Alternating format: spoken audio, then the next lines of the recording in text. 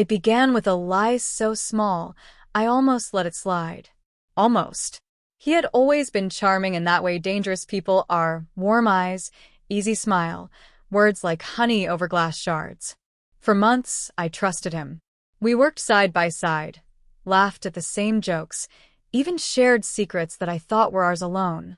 But trust is fragile, and betrayal is loud, even when whispered. I found out by accident.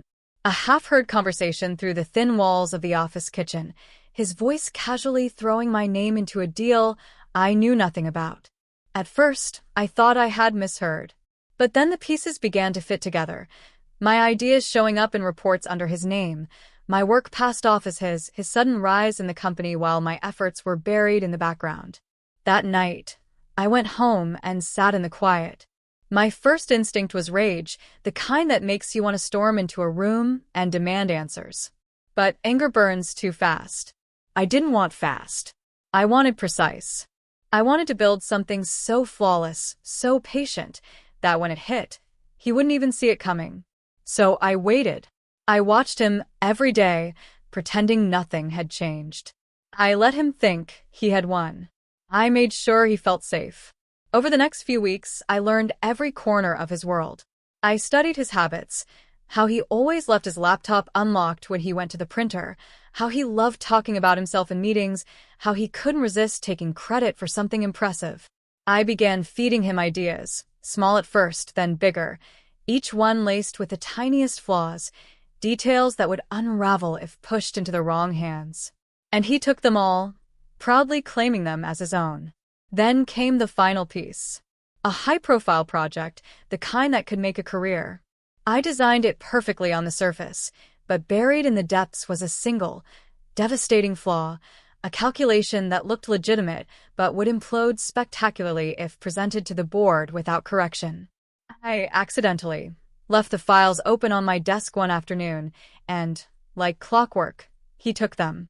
2 weeks later, I sat quietly in the corner of the conference room as he presented his masterpiece to the board, voice full of confidence. I watched as the faces around the table shifted from interest to confusion to disbelief. Questions flew. Numbers were challenged. His smile faltered.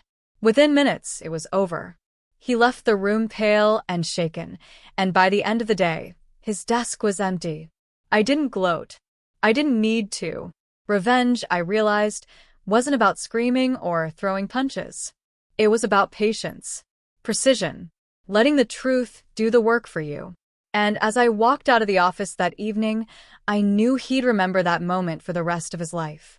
If you'd like, I can also make a YouTube-optimized version of this story with SEO-friendly description, tags, and thumbnail text, so it's ready for upload. That would make it stand out in search results. Got it? I'll extend the story and make it even more intense, keeping it in that same smooth, continuous flow without headings. I thought that would be the end of it, but life has a way of giving you unexpected sequels. A week after his dismissal, rumors began to swirl. People whispered that he was telling anyone who would listen that I had set him up. At first, I ignored it. I had what I wanted, his downfall.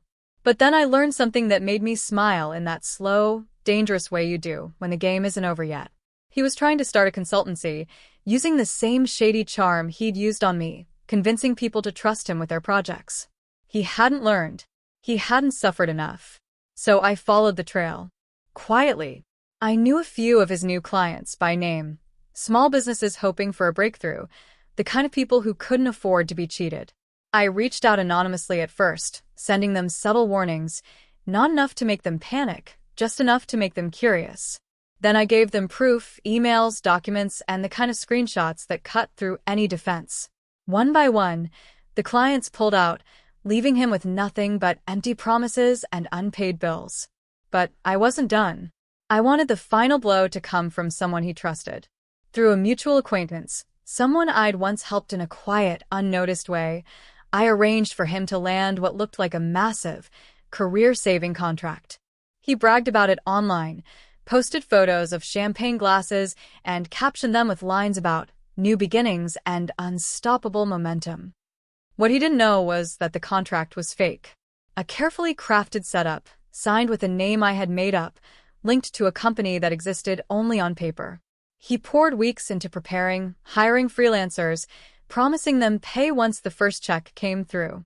The day of the supposed project launch, he walked into an empty office space he thought he was leasing, only to find the doors locked and the number disconnected.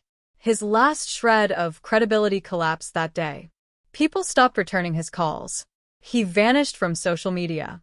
And I went about my life, my career now thriving, my reputation stronger than ever. I never confronted him, never sent a gloating message.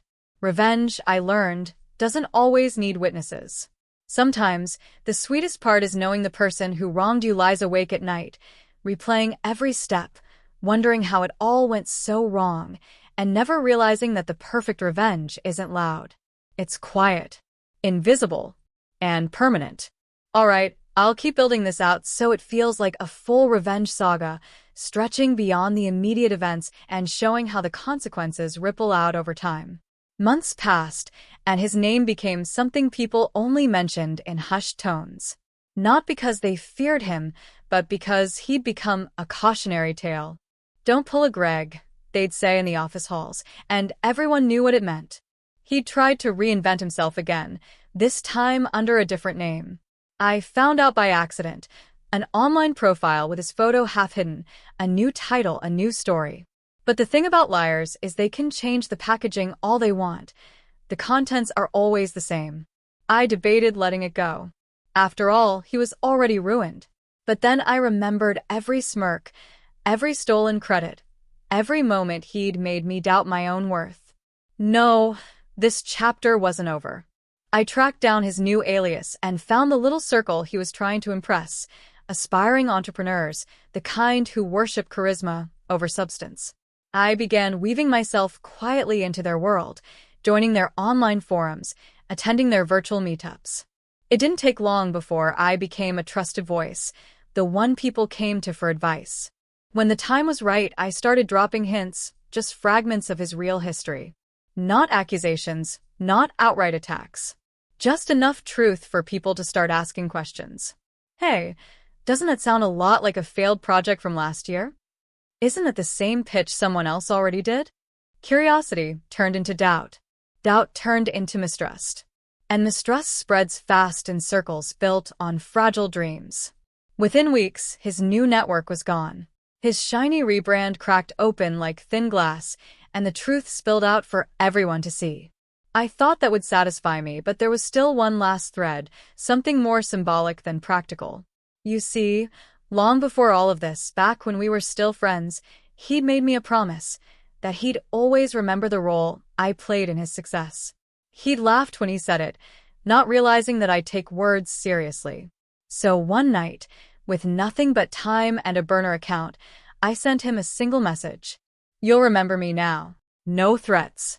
No explanation. Just the truth, wrapped in 6 words. I don't know what he thought when he read it. Maybe he felt fear. Maybe anger. Maybe nothing at all. But I do know this. Every time he tries to start over, every time he tells someone his story, he'll know that I'm still out there. Watching. Waiting. And ready to remind him that betrayal always comes with a cost, one he'll be paying for the rest of his life.